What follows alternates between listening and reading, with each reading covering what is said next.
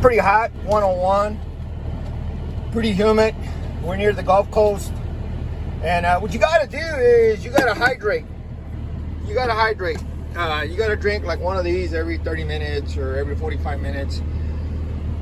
So I'm gonna share some of what I believe helps you survive out here in this hot weather. It might just, nobody finds it interesting. I think it finds it interesting because every year, without fail, the past 25 years, there has not been a summer where I have been present where someone went down due to heat problems. Overheated, dehydration, medical issues caused by the heat, but we're going to talk about all that stuff. We're going to talk about how to survive as a fuel mechanic in hot weather. Stay tuned.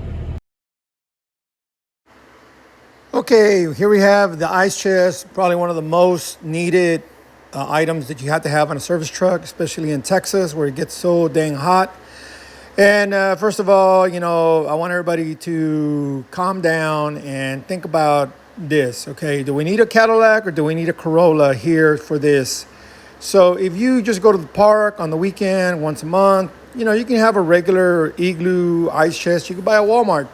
But if you're a guy that you never know where you're going, you never know how long you're going to be out, you really need a Cadillac. You need the top of the line ice chest because they hold ice, they hold up, and they actually do pretty good. So right here, we're seeing my brand new ice chest that I got for Father's Day.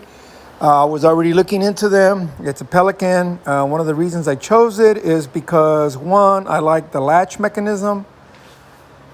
And also, Pelican has a very good reputation as being a top performer against almost anything. It holds its own. And of course, if you go on the internet, you can find 100 different ice chests that are just like this one, but, different prices. As you can see right here, we're going to be looking at one thing that's pretty unique about this ice chest is the feet.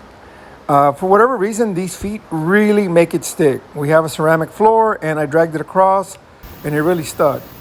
Here we have your typical Walmart ice chest. It's pretty good, for the weekend, going to the park for the day. You put ice in it in the morning, take it to the park, and I guarantee you, more than likely, in Texas, by the time you get home, it's going to be all water. The lid is probably one of the weakest things. It's just plastic and with a lot of air in between, and that's where we lose a lot of our cold is through that lid. I've actually had some Max 5 Igloos, and those are okay. They actually do a lot better than this particular model, but it's a $100 thing. Here we're gonna do a pull test. We're gonna go ahead and we're gonna just see how much it takes to drag it across the floor.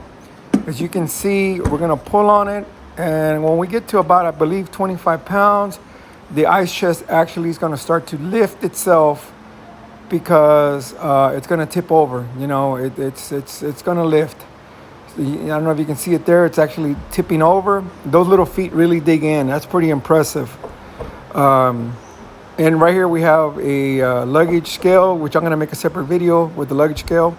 Here's my old unit. It was not a cheap unit by any means, even though it's an unknown name or a name you hardly ever see. I've had it for 3 years.